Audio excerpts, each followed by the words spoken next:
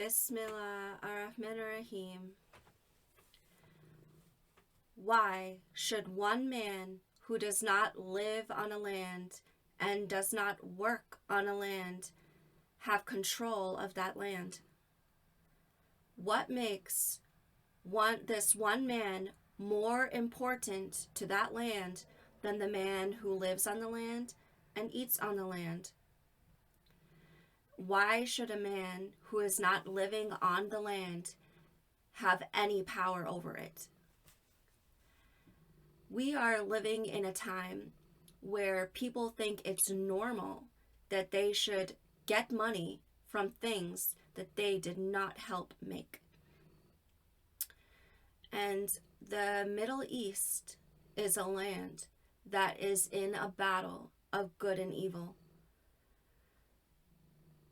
There are many evil men in the lands of the Middle East who feel that they should have control over all of the lands, and they do not work on those lands. There is a big lesson in our history about these ideas of men to control other men. And there is an example in the history of the United States of America. It's a big lesson. The United States of America is only 200 years old, and it is the example of, it is the North Star for the revolution of freedom for the world, and the lighthouse for the people who don't want foreign men to control their life in this world. America started 200 years ago, and the first document was that led to the start of this country, of the United States of America, was named the Declaration of Independence. And I'm going to read off and talk about the information and the words that were said about this time that these men were living in that led to this North Star for the revolution of freedom in the whole world, and why the United States of America is, even at this time, at the front of the fight for good against evil and the freedom of the world. So this was in 1776, the unanimous declaration of the 13 United States of America. So it was the United States of America on the East Coast. There were groups of governances along the East Coast where they where the people would try to work together to live under, they were really just working together to live amongst each other, and they created these, powerful groups named the states, like New York State, Massachusetts State, and Virginia State. All of these are states. And so 13 of these groups all came together with this feeling that they needed to declare themselves independent of the wills and the control of foreign men. It starts when, in the course of human events, it becomes necessary for one people to dissolve the political bands which have connected them with one another. And that is a significant aspect of this approach that people have about one about the freedom of life and the control of other men over lives of men, especially foreign to the land. So why did the men who write this feel that it was important to say that we have political bands which we need to dissolve? Political bands connect us. What are these political bands? Where in the natural world is this politics connection established or founded upon? And they said that to assume among the powers of the earth the separate and equal station which the laws of nature and nature's God entitle them. So it was to say that politics are not natural, but what's natural is the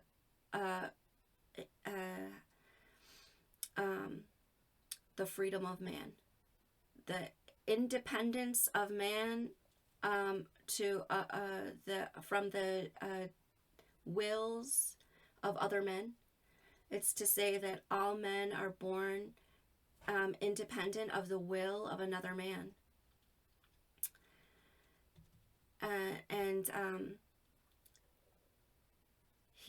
They said we should tell all of the world in this paper why we must separate ourselves from or disconnect these political bands.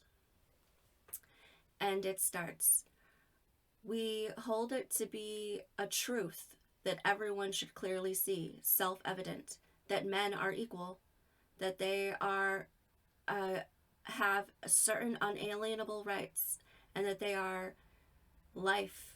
You have the right to life.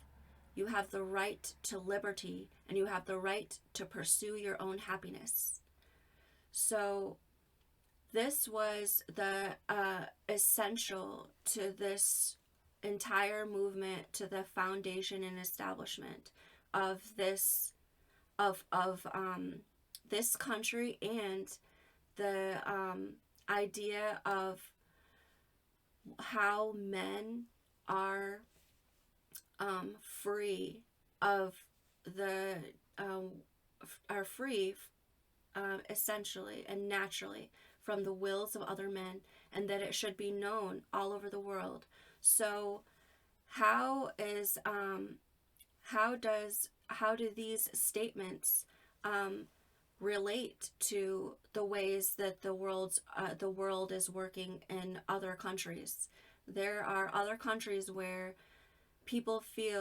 where some men feel that they should dictate to the other men, and that although these men live on lands foreign to his home, so the dictator feels that while the dictator lives on this land and does this work, that he should control the land in another city and control the work of that man, and even reap the benefits of those other men's labors. And this is completely unnatural to the world. So there were protections. There was a statement of a way of life that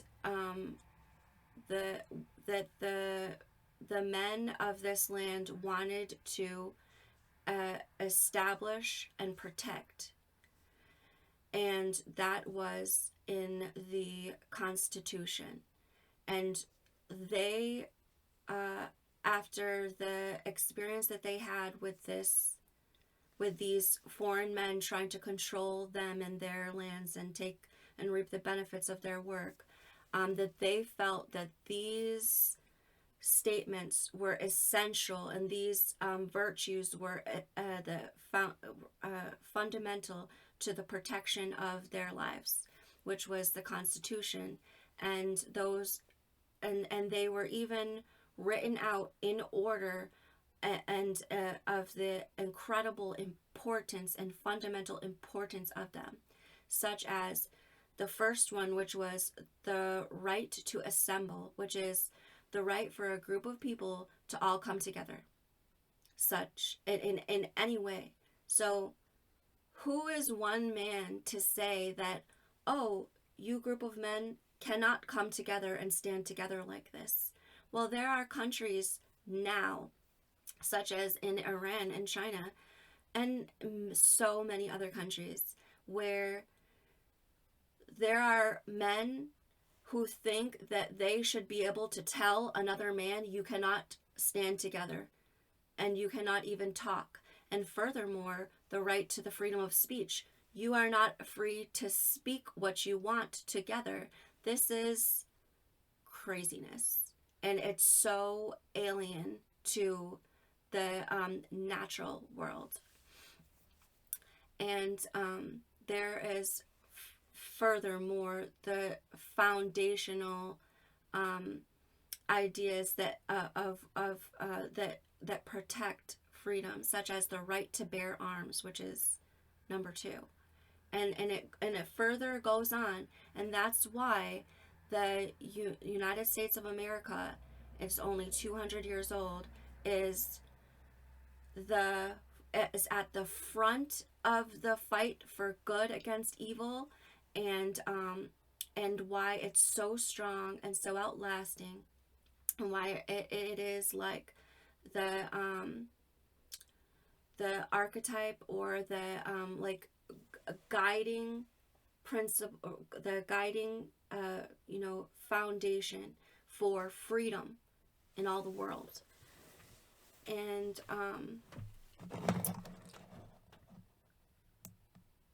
they continued in this paper called the Declaration of Independence to say enumerate all of these bad things that these foreign men were trying to do to control the men in their lives in a foreign country.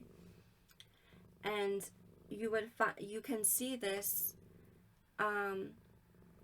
exactly reflected in the way that the evil dictators and the evil controlling men are doing exactly these same things at this time now. He has refused his assent to laws which are needed for the public good. So that is to say that the dictator, the foreign dictator, was refusing to give his approval of ideas and laws that were needed for the public's good, for all of the people's good. So he didn't want what was good for the people. He didn't want to protect what was good for the people. He had refused to pass laws that were needed to for large groups of people. So he's being totally unfair to large groups of people. And who is he to this land? He has tried to make meetings for that have to do with all of the people of the land in private. So he has tried to make private meetings, secret meetings about things which actually have to do with all of these people, as if it was his will that alone that was needed, and he didn't need to concern all of these people with things that he was going to use that which would control over their lives. He invaded on the rights of the people. He was obstructing justice. He was trying to come between the justice system and the people. he tried to say who could be in a position of power and who could not. And it was his will and dictates alone to appoint anyone into positions of power, as if he had a divine right to make that decision.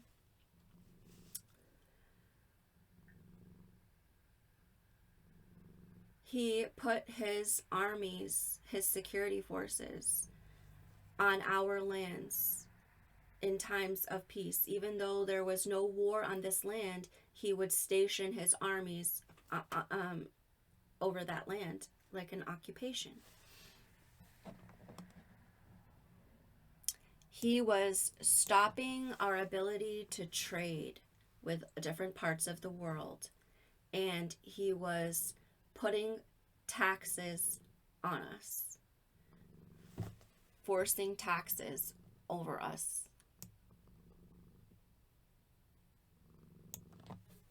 And in doing so, he was stealing, plundering our seas. He even burned towns and destroyed lives of people. And he was using his security forces to bully and to force his wills over all of the people who were there.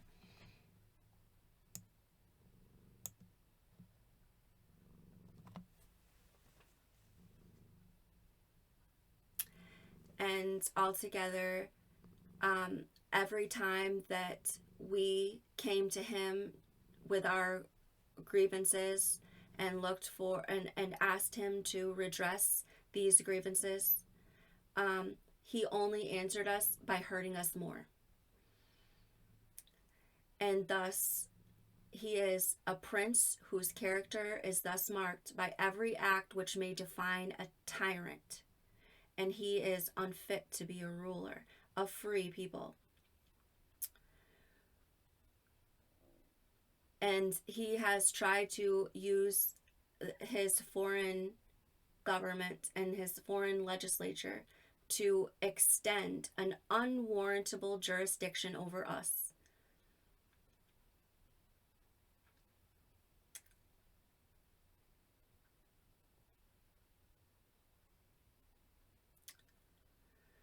Therefore,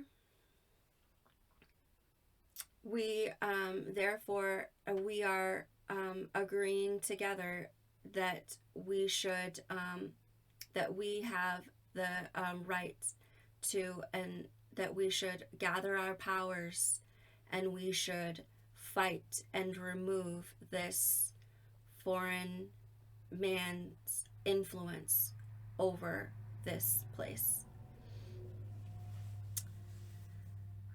It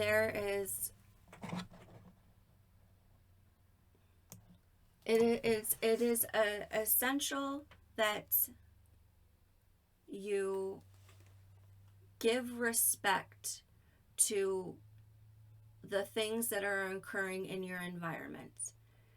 And to respect means that the mind gives yield. So to respect something doesn't mean that you hold it up, but to respect means that you are aware of its powers and its influence in the thing, in your environment. And at this time, people don't respect the value of freedom, and they are suffering for it. And these men who are trying to, these foreign men who are trying to control and dictate and reap profits of lands that's not theirs, do not respect the environments that they are taking from. They don't respect us. These dictators don't respect us. These dictatorial governments do not respect us. And what does it mean to respect us? It means that he is aware of our powers, and he is taken into, he is put on the scales to balance the weight of what our powers are. But instead, when he does not respect us, he does not take into account or recognize our powers. And it's truly just his manipulations, and it's not true power that he has. To respect is not to give a favor upon any specific object. It's simply to have regards for the item in the environment. People only pay respect to something that they take notice of, and if they don't take notice of it, then they fail to respect it. So this is a big element in the attempt of men to control foreign lands.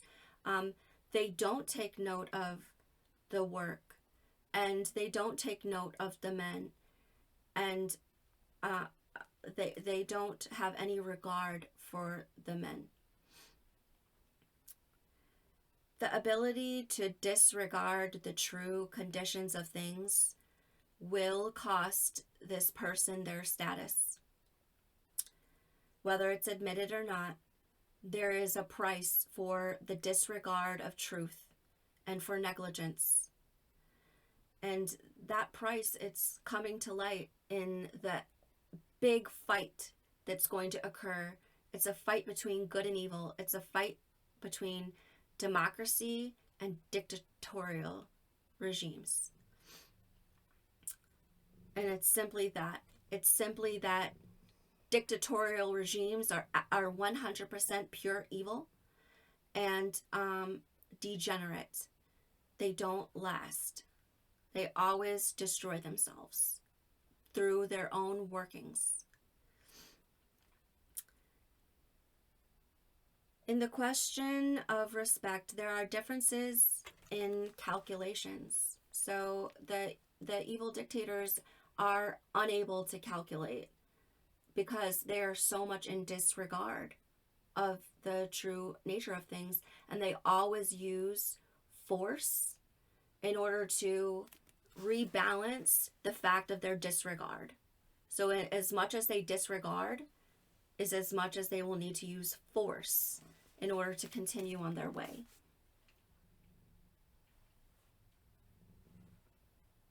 It's important to be knowledgeable and to be an effective calculator if you want anything that is worthy and outlasting.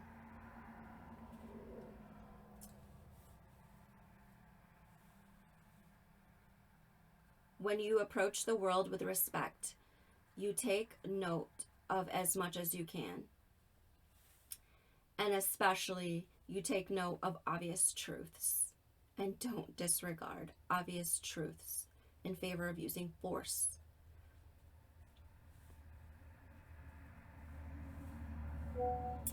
And clarity and seeing things by being shown these things are vital to people's paying of respect. To have a clear and clarity in your approach, you have to be at a strong measure of respect to the things that you are approaching. You are able to take note of things with a high resolution, and this is clarity.